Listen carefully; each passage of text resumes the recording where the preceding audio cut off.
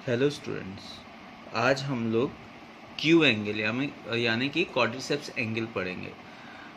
ये हम लोग क्यों पढ़ रहे हैं? बिकॉज जो हमारी बायोमैकेनिक्स है नी की, वो सारा कुछ इस पे डिपेंड करती है।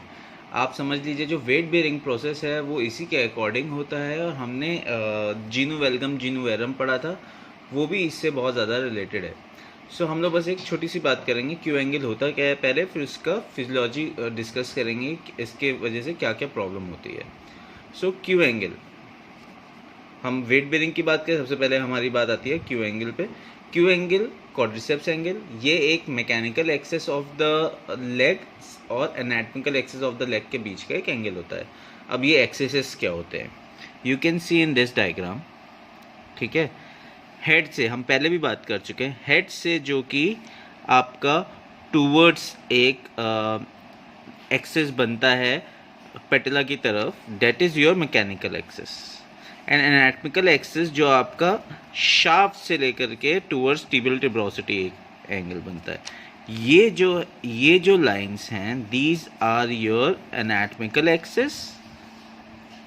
ठीक है, and this is your mechanical axis of the femur. और इन दोनों के बीच में जो भी एक एंगल बन रहा है उसको हम क्यू एंगल या फिर क्वाड्रिसेप्स एंगल बोलते हैं।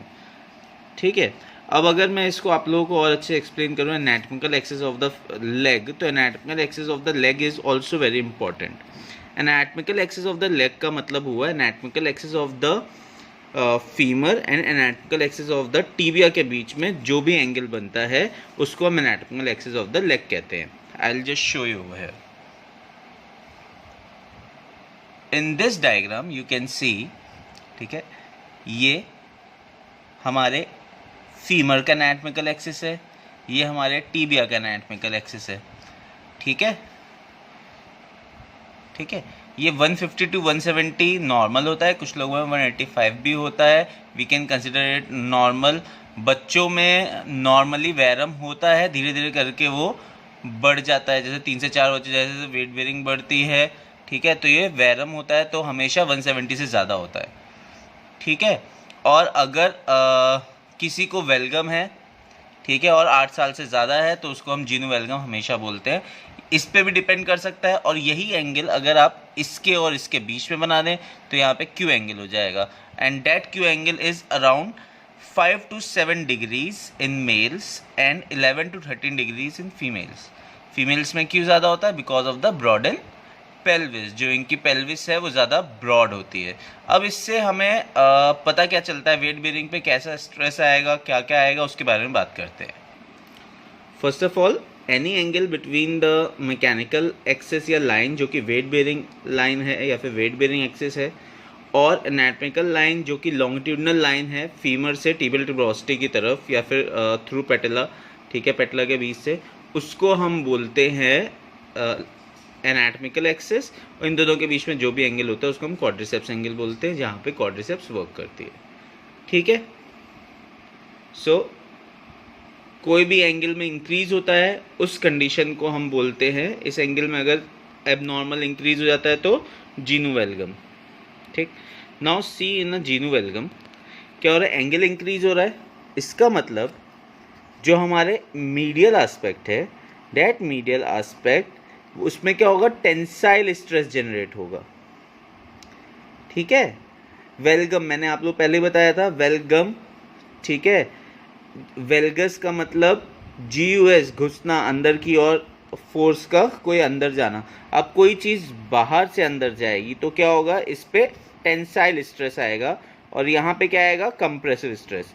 सो मीडियल साइड पे tensile stress and lateral side पे कंप्रेसिव स्ट्रेस। ठीक है, and just opposite in varum क्या होगा? एंगल जो होगा क्यू एंगल वो डिक्रीज हो जाएगा। ठीक है, क्यू एंगल डिक्रीज हो जाएगा तो मतलब क्या होगा? अब मीडियल साइड पे वेरम मतलब बोलेक्स। ठीक है, अब मीडियल साइड पे क्या होगा? मीडियल साइड पे हमारा जो फोर्स है वो हमारा कंप्रेसिव हो जाएगा, और जो लेटरल साइड है वहाँ पे क्या हो जाएगा? टेंसाइल फोर्स लगेगा। ठीक है, अब इसी को हम यहाँ पे देखते हैं with regards to anatomical access.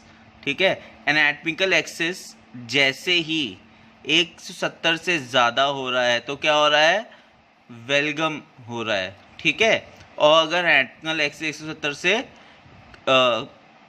कम हो रहा है तो वो क्या हो रहा है, वेरस, सॉरी वेलगम, ठीक है, चेक इट, ठीक। कुछ लोग एनाटॉमिकल एक्सिस इधर अंदर से लेते हैं, ठीक है। अगर इधर अंदर से लेंगे तो ये 170 है तो ये अराउंड 190 हो जाएगा, ठीक है। तो this is also the same angle but laterally the angle should be taken, ठीक है। So it is around 170 degree, ठीक। तो अगर 170 डिग्री से ज़्यादा है that means there is a varum, अगर 170 डिग्री से कम है that means it is वेलगम।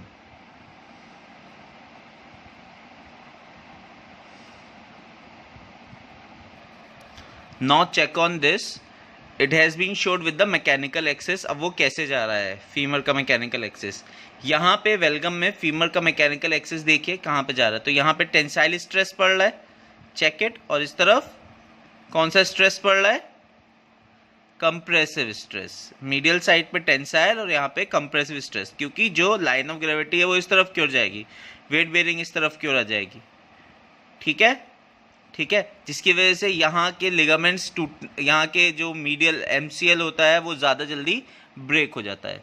Normal में you can check it is just beneath over there, ये भी लेटरल साइड पे होता है। हमने बात करी थी कि हेड दोनों कॉन्डाइल्स के बीच में ना आए, इसीलिए जो हेड का वो है वो कॉन्डाइल्स जो हैं थोड़े से ऐसे टेढ़े होते हैं, ठीक है, ताकि जो भी हेड है वो पूरा इसके लाइन में आए, लेटरल कॉन्डाइल के लाइन में।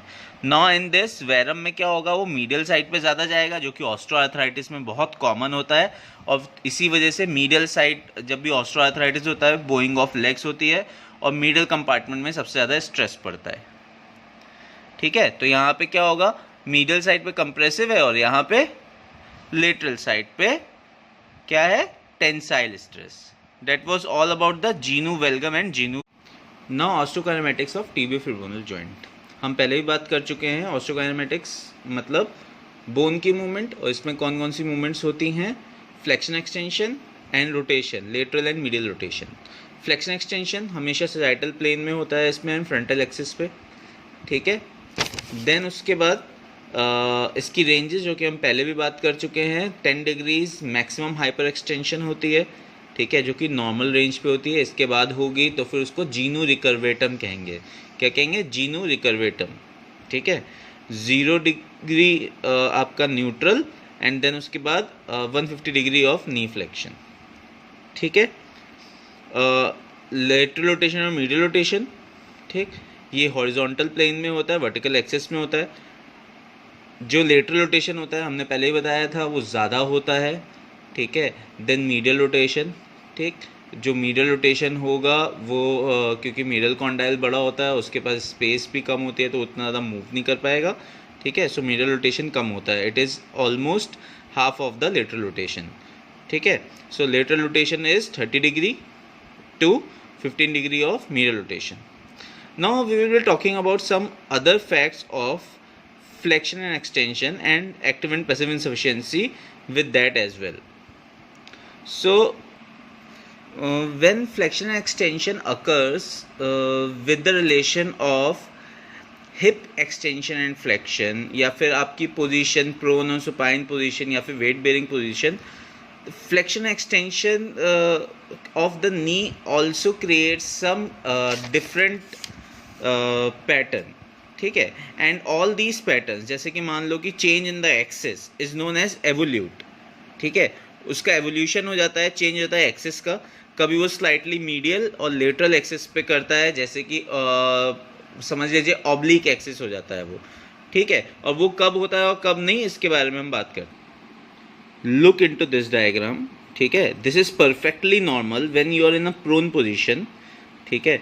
जो आपकी रेंज होती है वो स्लाइटली लेटरल शिफ्ट हो जाती है, जो आपकी एक्सिस है वो स्लाइटली लेटरल हो गई है, और जो नी फ्लेक्शन है, जो मूवमेंट ऑफ टीबिया है, it goes towards the opposite glutes, ठीक है। ये देखिए कितना लेटरली वो शिफ्ट हो चुका है, ठीक है।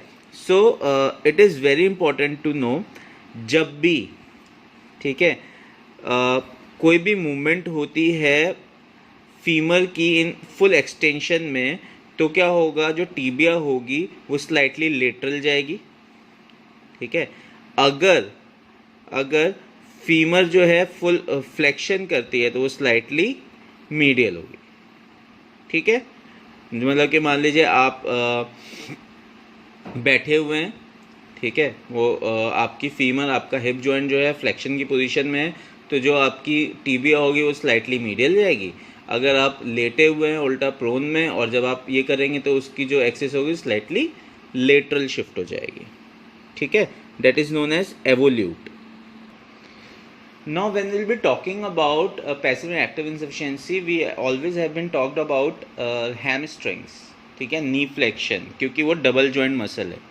अब इसके बारे में अगर हम और बात करें तो बहुत सिंपल है, ठीक है. अगर आप प्रोन पोजीशन में नी फ्लेक्शन कर रहे हैं, प्रोन पोजीशन नी फ्लेक्शन करेंगे तो किसी का बल्क होगा तो उससे भी नी फ्लेक्शन रिस्ट्रिक्ट हो जाएगी. Similarly gastrocnemius is also working for the knee flexion and hamstring is also working in the knee flexion. That will also create a restriction in the, तो जो बल्क होगा वो इंक्रीज हो जाएगा और वो रेस्ट्रिक्ट कर देगा नी फ्लेक्शन में, ठीक है. Now active and passive insufficiency, as we will be lying down on our stomach, ठीक है. हम स्टमक पे, मतलब हम प्रोन पोजीशन पे लेटे हुए हैं, हमने नी फ्लेक्स करी. इसका मतलब जो रेक्टस फीमोरिस है, जो क्वाड्रिसेप्स हैं, वो क्या हो रही हैं, वो एकदम से ओवर स्ट्रेच हो रही हैं. तो वो क्या करेगा, वो पूरी नी फ्लेक्शन को होने नहीं देगा, जिसकी वजह से वो पैसिवली इनसफिशिएंट हो जाएगा, ठीक है. So knee flexion will be passively insufficient because of rectus femoris. And actively insufficient, ठीक है, वो कैसे हो जाएगी, एज जो हैमस्ट्रिंग है, ठीक है, वो एक्टिवली शॉर्ट हो जाएगी. कैसे शॉर्ट हो जाएगी, एक तो वो एक्सटेंशन कर रही है, ठीक है, और साथ साथ वो फ्लेक्शन भी कर रही है, ठीक. इसकी वजह क्या हो जाता है कि जो उसकी पोजीशन होती है दैट गेट्स शॉर्टेड, तो वो वैसे भी पूरा काम नहीं कर पाती, ठीक है. So that is known as active insufficiency, ठीक. फिर से, अगर प्रोन पोजीशन में because of the over stretching of the rectus femoris the knee flexion is reduced, that is known as passive insufficiency. But because जो knee extension हो रही है, तो मसल्स ने नी एक्सटेंशन, जैसे कि हैमस्ट्रिंग्स ने नी एक्सटेंशन को पूरा मेंटेन करके रखा है, साथ साथ हिप फ्लेक्शन, साथ साथ जैसे कि हिप एक्सटेंशन को पूरा सपोर्ट कर रखा है और साथ साथ नी फ्लेक्शन कर रही है. तो क्या हो रहा है कि वो एक्टिवली इनसफिशिएंट हो गई to work on both the muscles at the same point at the same time, ठीक है. So that is actively insufficient. And the knee flexion will also get restricted as the bulk of the gastrocnemius and the hamstring will increase. Okay, you can see in this, ठीक है. ये है, ये stretch हो रहा है, rectus femoris quadriceps stretch हो रही है, जिसकी वजह से क्या हो रहा है कि ये पैसिवली इनसफिशिएंट हो गया टू डू दैट. अब यहाँ पे हैमस्ट्रिंग तो शॉर्टन हो रही है, ठीक है, इसका बल्क बढ़ रहा है, ये गैस्ट्रोनेमियस का बल्क बढ़ रहा है, तो अगर किसी का फैट पैड होगा तो भी रेस्ट्रिक्ट हो जाएगी. सिमिलरली यहाँ पे एक्सटेंशन हो रही है, तो ये मसल जो है एक्सटेंड भी कर रही है और इसको फ्लेक्स भी कर रही है, तो क्या होगा, ये एक्टिवली शॉर्टन हो जाएगी. तो hamstring will get actively shorten, that is known as active insufficiency. And this will get passively, इसकी वजह से ये पैसिवली शॉर्ट हो जाएगी. तो इसका मतलब ये क्या हुआ, क्योंकि इसकी स्ट्रेच हो रही है, तो passively shortening of, passively less हमारा नी फ्लेक्शन होगा because of its stretch, known as passive insufficiency. Now arthrokinematics. After osteokinematics, arthrokinematics. Arthrokinematics means movements of the bones, या फिर बोन्स के अंदर जो स्लाइट मूवमेंट्स होती हैं जो कि अनकंट्रोलेबल होती हैं वो. तो अब यहाँ पे दो चीज़ें याद रखिएगा.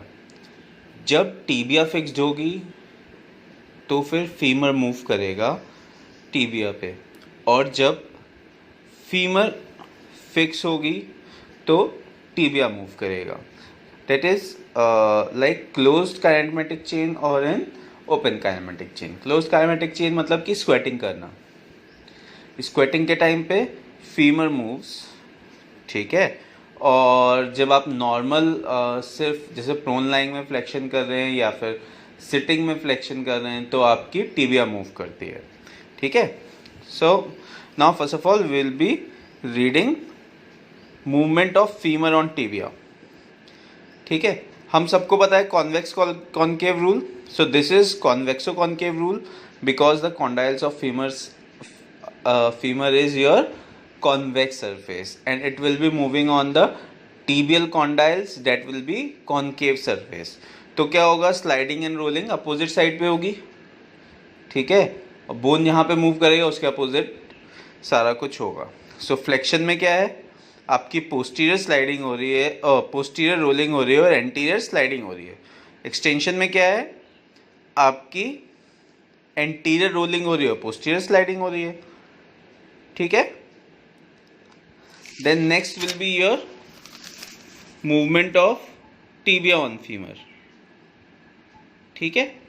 सो this will be in open kinematic chain, so same side rolling and gliding will be there. So flexion में posterior sliding and rolling and extension में एंटीरियर स्लाइडिंग एंड रोलिंग, ठीक है। Now check this out, this is your concave surface, this is your convex surface.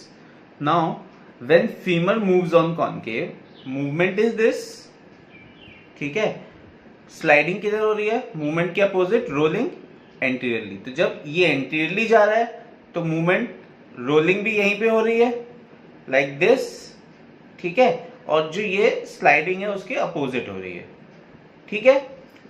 और जब concave move करेगा सो it is in the same direction like this, okay। see this thing now beta we need to know about why it is happening in that and हमें इससे फायदा क्या है। as we were talking about our rolling and gliding, you can see in this diagram that there are shear forces over the meniscus because of rolling and gliding, ठीक है। so see, जो आपका resultant share है, एक तो ये vertical share जा रहा है, ये रोटेशनल आप बोल रहे हैं, एक ये वर्टिकल फोर्स लग रहा है, एक यहाँ पे ये शेयर फोर्स लग रहा है, ठीक है। सो रिजल्टेंट फोर्स जो आपके फीमर पे पड़ रहा है वो ये रहा, ठीक है। सिमिलरली जो आपके मेनिस्कस पे रिजल्टेंट फोर्स पड़ रहा है वो ये रहा। इससे क्या होता है कि जो रोलिंग और ग्लाइडिंग होती है वो बहुत सिंपल हो जाती है, ईजी हो जाती है यहाँ पे, ठीक है। और ज़्यादा प्रेशर भी नहीं पड़ता पूरे मेनिस्कस पे, ठीक है। Now we will move to the locking and unlocking of knee joint.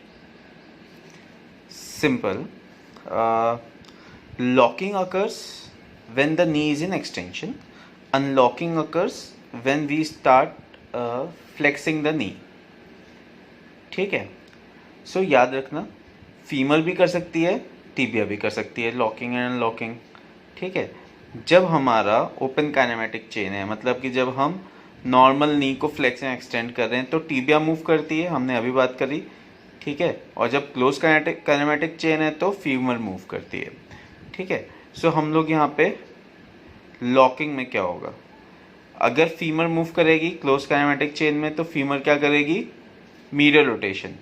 Tibia move करेगी तो क्या होगा, टिबिया करेगी ओपन काइनेमेटिक चेन में तो लेटरल रोटेशन होगा, ठीक है। और लॉकिंग होती कब है, कब से स्टार्ट होती है, लास्ट 30 डिग्री ऑफ फ्लेक्शन से, या फिर कह लीजिए लास्ट 30 डिग्री ऑफ एक्सटेंशन से लेकर के, तो हम फ्लेक्शन से एक्सटेंशन की तरफ आते हैं तो 30 डिग्री ऑफ फ्लेक्शन से लेकर के पूरे एक्सटेंशन, तो एक्सटेंशन पे पूरी लॉक हो जाती है, ठीक है। अनलॉकिंग में क्या होगा,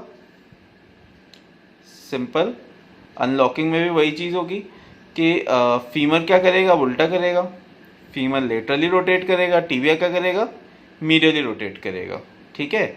और ये कब होगा, just before the initiation of the flexion, ठीक है। ये ऑटोमेटिकली हो जाता है, ठीक। जो आपकी लॉकिंग होती है, it is thought to be done by the taut ACL, whereas unlocking is thought to be done by the popliteus muscle. Now time for the mechanism of locking.